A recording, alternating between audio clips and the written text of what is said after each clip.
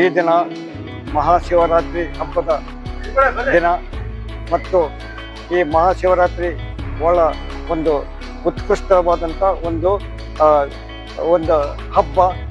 ಈ ಹಬ್ಬದಲ್ಲಿ ನಾವೆಲ್ಲರೂ ಆಚರಣೆ ಮಾಡ್ತಕ್ಕಂಥ ಪ್ರತಿಯೊಬ್ಬ ಜಾತಿ ಮತ ಭೇದವಿಲ್ಲದೆ ಎಲ್ಲ ಆ ಶಿವನನ್ನು ನಾವು ಧ್ಯಾನಿಸುತ್ತಾ ಮತ್ತು ಈ ಒಂದು ಕಾರ್ಯಕ್ರಮದಲ್ಲಿ ನಾವು ಭಾಗವಹಿಸಿದ್ದೇವೆ.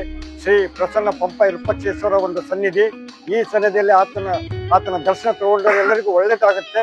ಮತ್ತು ಅದಲ್ಲದೆ ಈ ಪ್ರಸನ್ನ ಪಂಪ ವಿರೂಪಾಕ್ಷೇಶ್ವರ ಸ್ವಾಮಿಯವರು ನಮ್ಮ ಗಂಗಾವತಿ ಹಿರೇಜಂತಗಲ್ ಮತ್ತು ವಿರುಪಾಪುರ ಗ್ರಾಮಕ್ಕೆ ಸಕಲ ಸದ್ಭಕ್ತರಿಗೆ ಒಳ್ಳೆಯದನ್ನು ಮಾಡಲಿ ಮತ್ತು ನಮ್ಮ ಗಂಗಾವತಿ ನಾಡನ್ನು ಅಭಿವೃದ್ಧಿ ಆಗಲಿ ಮತ್ತು ಇದರಲ್ಲಿ ಎಲ್ಲರೂ ಜನರು ಸುಖ ಶಾಂತಿ ನೆಮ್ಮದಿಯಿಂದ ಬದುಕಲಿ ಮತ್ತು ಯಾವುದೇ ರೀತಿಯಿಂದ ತಾರತಮ್ಯ ಭೇದ ಭಾವ ಇಲ್ಲದೇ ನಾವು ಈ ನಾಡಿನಲ್ಲಿ ಇರೋಣ ಅಂತಕ್ಕಂಥ ಭಾವನೆಯನ್ನು ವ್ಯಕ್ತಪಡಿಸ್ತೇನೆ.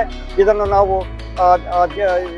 ಪ್ರಸನ್ನ ಪಂಪ ವಿರೂಪಾಕ್ಷೇಶ್ವರ ದೇವರು ನಮ್ಮೆಲ್ಲರಿಗೆ ಒಳ್ಳೆಯದನ್ನು ಮಾಡಲಿ ಅಂತ ಹೇಳಿ ಈ ಒಂದು ನಾಲ್ಕು ಮಾತಾಡೋದು. ಮತ್ತು ಅದಲ್ಲದೆ ನಮ್ಮ ಈ ಕರ್ನಾಟಕ ರಾಜ್ಯದಲ್ಲಿ ಎಲ್ಲ ನಮ್ಮ ಮಾನ್ಯ ನೆಚ್ಚಿನ ಮುಖ್ಯಮಂತ್ರಿಗಳಾಗಿರ್ತಕ್ಕಂಥ ಸಿದ್ದರಾಮಯ್ಯನವರು ಅವರು ನಮ್ಮ ನಾಡಿಗೆ ಒಳ್ಳೆಯದನ್ನು ಮಾಡ್ತಿದ್ದಾರೆ.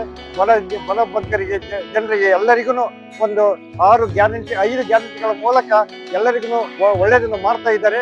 ಮತ್ತು ಅವ್ರೂ ನಮ್ಮ ಸಿದ್ದರಾಮಯ್ಯ ಸಾಹೇಬರಿಗೂ ಅವರಿಗೂ ಆಯುರಾರೋಗ್ಯ ಭಾಗ್ಯ ಕೊಟ್ಟು ಒಳ್ಳೆಯದನ್ನು ಮಾಡಲಿ ಮತ್ತು ಅವರು ಇನ್ನೂ 2.5 ವರ್ಷ ಅವರು ಮುಖ್ಯಮಂತ್ರಿಯಾಗಿ ಮುಂದುವರಿಲಿ ಅಂತ ಶ್ರೀ ಪ್ರಸನ್ನ ಪಂಪ ವಿರೂಪಾಕ್ಷನಲ್ಲಿ ನಾನು ಕೇಳ್ತಿದ್ದೇನೆ.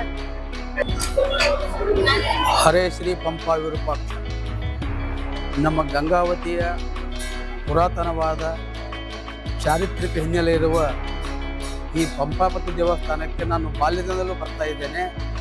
ಪ್ರತಿ ಸೋಮವಾರ ಕೂಡ ಬರ್ತಾನೆ. ಇದೊಂದು ಶಕ್ತಿ ಕೇಂದ್ರ. ಇಲ್ಲಿ ನಾವು ಏನು ಪ್ರಾರ್ಥನೆ ಮಾಡಿದರೆ ಅದು ತಕ್ಷಣ ಫಲ ನೀಡುತ್ತದೆ. ಶಿವನಿಗೆ ಶಂಭೋ ಶಂಕರ ಅಂತ ಹೆಸರು, ಬೋಲೆ ಶಂಕರ ಅಂತ ಹೆಸರು. ಬಂದಂಥ ಭಕ್ತರಿಗೆ ಕೇವಲ ಅವರು ಭಕ್ತಿಯನ್ನು ನೋಡ್ತಾ ವ್ಯಕ್ತಿಯನ್ನು ನೋಡೋದಲ್ಲ ಅಂತ ತಕ್ಷಣ ಅನುಗ್ರಹ ಮಾಡ್ತಾನೆ. ಈ ಒಂದು ಮಹಾಶಿವರಾತ್ರಿ ಶುಭ ಸಂದರ್ಭದಲ್ಲಿ ಮತ್ತು ನಮ್ಮ ಕ್ಷೇತ್ರದ ಆದಿದೈವ ಶ್ರೀ ಪಂಪ ವಿರೂಪಾಕ್ಷ ಹಂಪೆ ಇವರನ್ನು ಕೂಡ ಸ್ಮರಣೆ ಮಾಡ್ತಾ ಈ ಒಂದು ನಾಡ ಹಬ್ಬವನ್ನು ನಾವು ಆಚರಣೆ ಮಾಡ್ತೇವೆ. ಹಂಪಿ ಉತ್ಸವ ಅಂತೇಳಿ ಗಂಗಾವತಿಯಲ್ಲಿ ಕೂಡ ಅನೇಕ ಸಾಂಸ್ಕೃತಿಕ ಕಾರ್ಯಕ್ರಮ ಆಗ್ತಾ ಇದ್ದೇವೆ. ಇಡೀ ನಾಡಿನ ಜನತೆಗೆ ನಮ್ಮ ಪಂಪ ವಿರೂಪಾಕ್ಷ ಒಳ್ಳೆಯದನ್ನು ಮಾಡಲಿ ಅಂತ ಹೇಳ್ತಾ ನಮಸ್ಕರಿಸ್ತೀನಿ. ಧನ್ಯವಾದಗಳು.